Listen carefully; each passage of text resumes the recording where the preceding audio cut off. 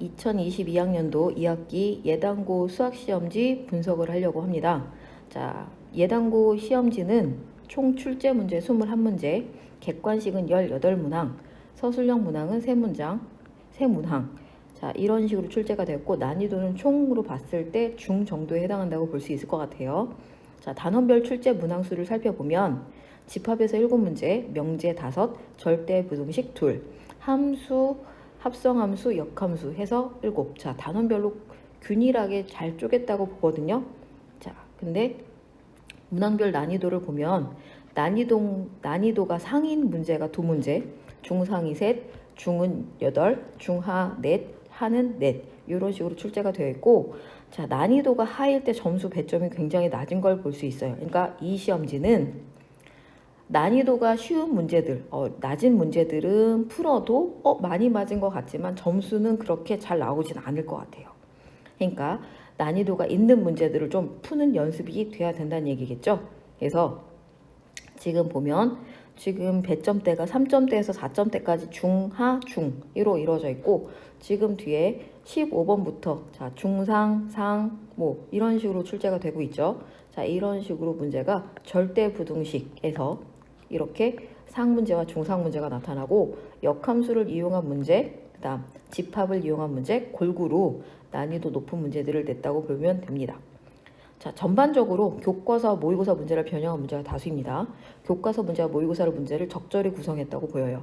그러니까 자이스토리나 이런 문제를 우리가 교재를 선택을 해서 풀었기 때문에 많이 보던 문제가 있었을 거예요. 쉬운 문제를 점수를 적게 줬죠. 그래서 난이도를 조정했다고 보여지고, 객관식 16번 문제는 함수의 성질을 정확히 알고 풀어야 되고, 17번은 산술기하 공식을 활용해야 돼요.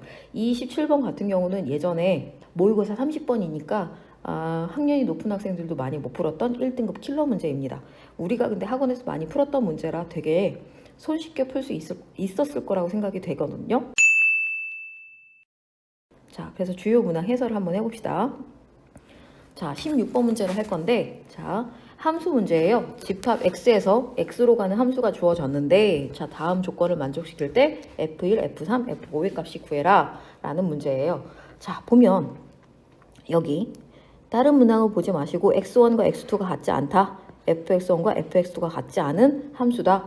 이게 무슨 얘기냐? x1과 x2가 같지 않을 때 fx1과 fx2가 같지 않다. 이거 뭐예요? 1대1 대응을 묻는 거죠. 그래서 자, x값이 1부터 2까지라고 했을 때 f합성 f에 x를 했는데 얘가 fx-2x다 이런 조건이 주어졌을 때도 써먹어야 하거든요. 자, x값이 1부터 2까지일 때 요식을 만족한다고 했으니까 당연히 x에다가 먼저 1을 대입해 봐요.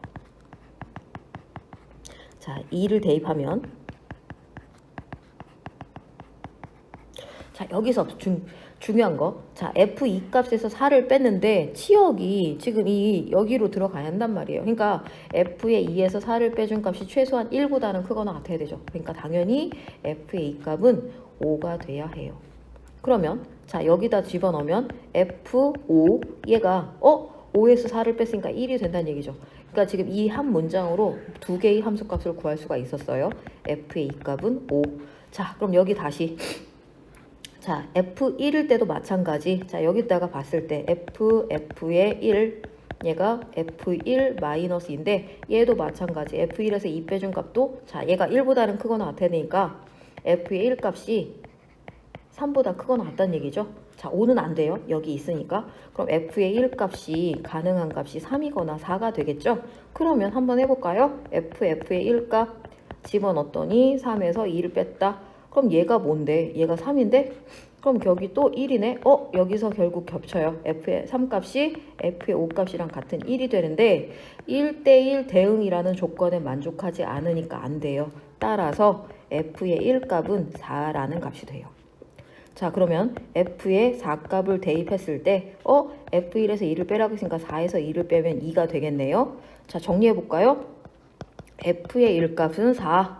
자, 여기서 f의 2값은 5, f의 3값은 아직 모르는데 f의 4값이 2예요.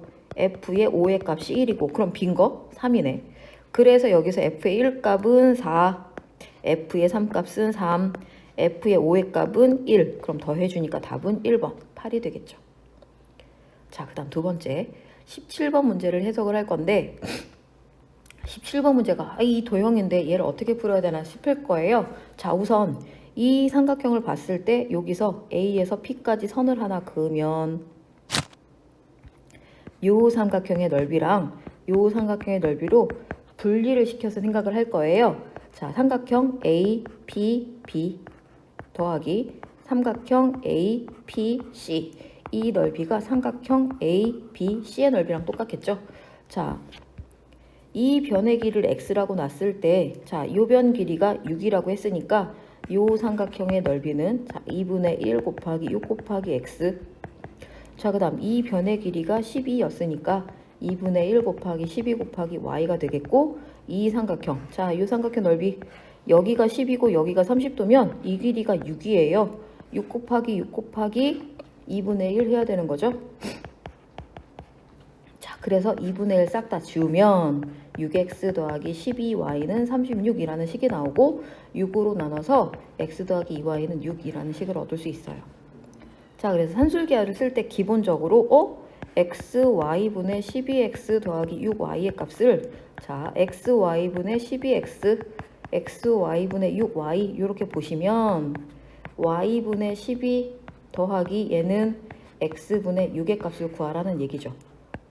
산술기하를 쓸 때 기왕이면 자, x 더하기 2y의 값을 이용해서 자, x분의 6, y분의 12 이렇게 쓰고 전개를 했더니 6, 얘는 y분의 12x, 얘는 x분의 12y, 24라는 값이 나오고 이 두 개의 값에다가 산술기하를 쓸 수 있어요. 왜? 아, x는 변의 길이, y도 변의 길이 0보다 크니까.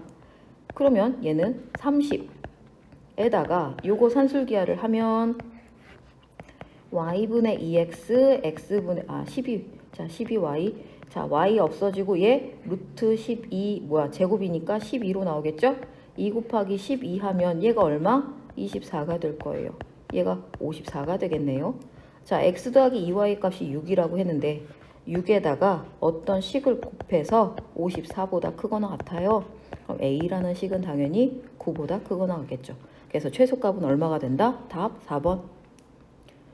자, 이렇게 풀어봤는데요. 자, 17번 같은 경우가 특히 모의고사에 출제가 많이 되기도 했었고 했는데 이제는 많이 풀어서 좀 편해진 문제라고 할까요? 이런 문제예요. 자, 다른 학교에서 출제가 많이 되는 문제고 자, 꼭 푸는 방법을 알아두면 좋을 것 같습니다.